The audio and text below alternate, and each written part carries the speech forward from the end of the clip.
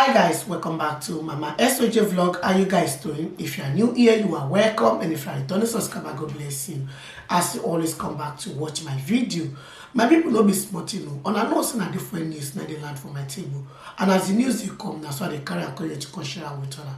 My people, for today's video, I'm going to watch and together with her. All right, my people, we could go watch the video to see what really the happen for inside the video, my people.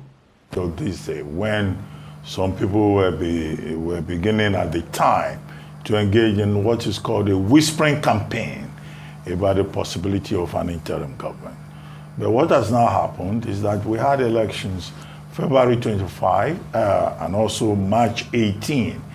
And as a result of the process on February 25, the legal body, constitutionally approved body, the Independent National Electoral Commission, released the result, declaring the presidential candidate of the All Progressives Congress, Bola Ahmed Tinubu, as president-elect on the basis of its own collation and the results arising from that process.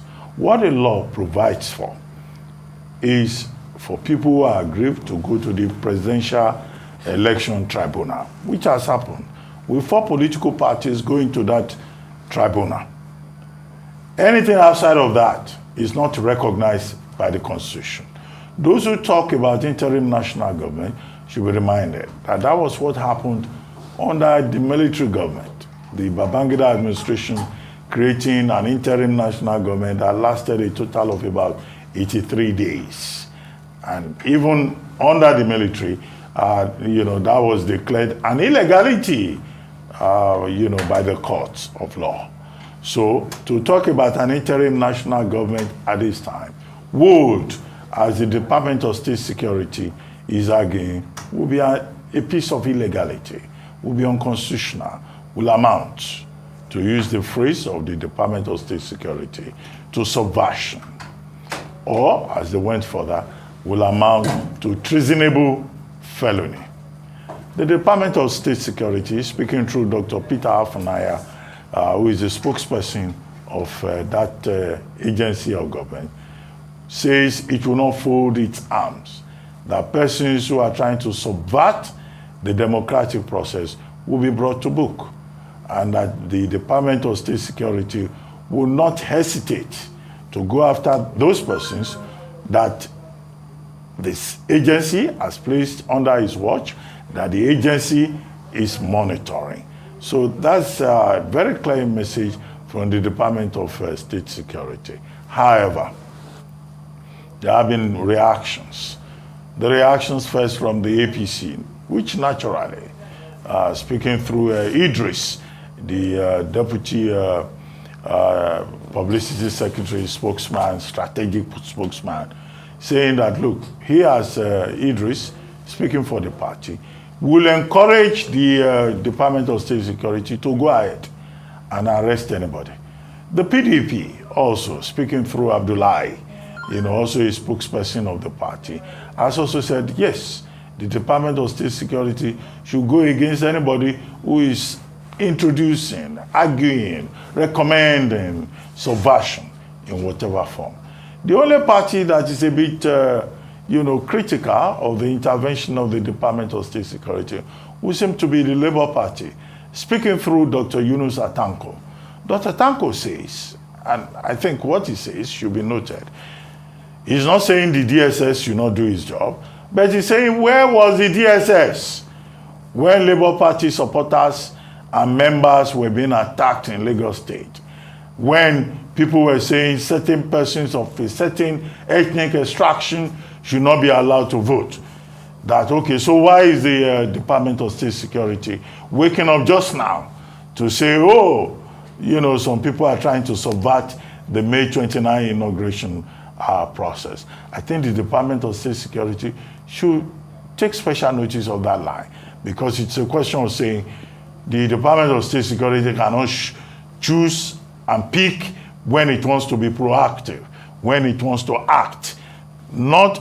It's not an agency that should act for political purposes to serve the interests of a particular group, but it should be an agency of government, an institution of government that should serve everybody's purpose, to ensure security, to ensure peace and order. That is where we are in terms of this issue. But an interim government is nowhere in the constitution of Nigeria. Even the doctrine of necessity that some people talk about, was just political convenience. And we're not in a military dispensation. Every agency of state has a responsibility to protect the integrity of the democratic process. I think it's pure and simple to say this. Let's perish the idea of any interim government.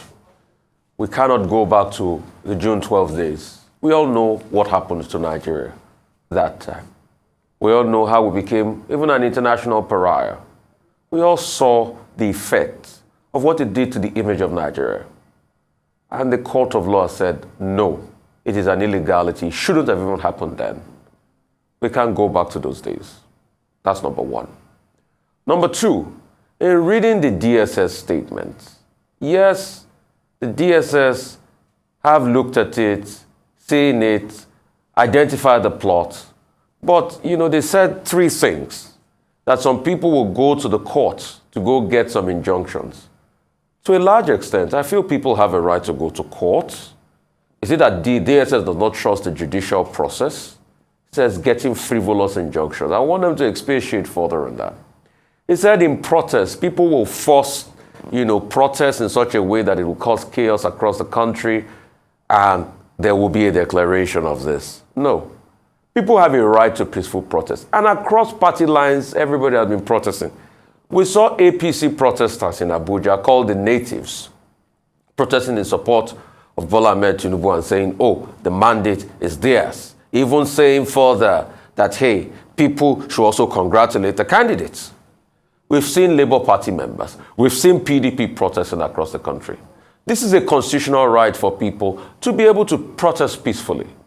And also, it's also part of their right to be able to go to court. It is the court that determines the injunction that they give to anybody, be it frivolous or not. And that's why we keep calling our judiciary process to do better. Thirdly, in all of this, the DSS is seeing some political actors. We want the DSS to act on it because we want the safety and security of our country. And the peaceful transfer of power is what heralds every democracy. But, like the different political parties have stated, one part we should ask the DSS about strongly is the fact that when threats were made in Lagos, what did the DSS do about it? That's a very fundamental question. Because we forget in a hurry what happened in Lagos.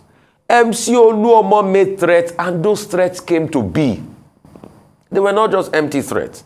And the position that was taken by the police chief was the fact that, MC Oluomo had come out to do a video that he was just joking.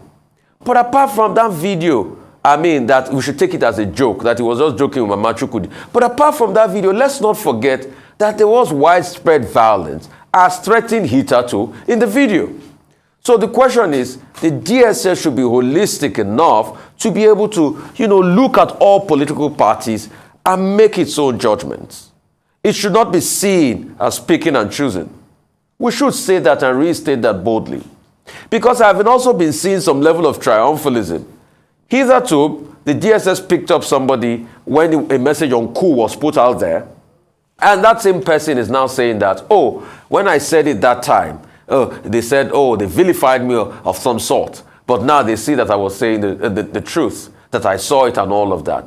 The truth has to be told. The DSS should also go further by trying to rein in those that are heating up the polity. We have seen many tweets released in recent times. And the DSS should not just take this. Should not just make general stupidity and say, all political actors should pipe things down. They should go one step further. But, please, elections have been won and lost. The next process is to go to court. All we can do is to call on the judiciary to ensure justice. And that's what we want. People also have a right to peacefully protest. But when the court make their decision, we should also remember that the collective development of our country should be our priority. We should not plunge ourselves to chaos like is currently happening in Kenya. That even after the court has ruled, there's been protests. Only last week, members of Azimio decided to stomp on the State House. And that has brought about many reprisal actions in Kenya as we speak today. We do not want that. We want peace for the growth and the development of our country, but we must also be fair to one another, give people the chance to air their views, and let everybody settle things out, because we want. My people, now the video now on a new watch finish, so on a see what it happen for inside the video. All right, my people, I go like to end the video for you. Make una let me know waiting on a thing for the comment section, and if una never subscribe, make una subscribe to my YouTube channel so that una no go miss any latest gist wey I dey upload. And those of una will be see una never follow my Facebook page, make una follow so that una no go still miss any latest gist wey I dey upload. And bye bye till I come on our next time. Bye guys, see you guys in my next video. Bye guys.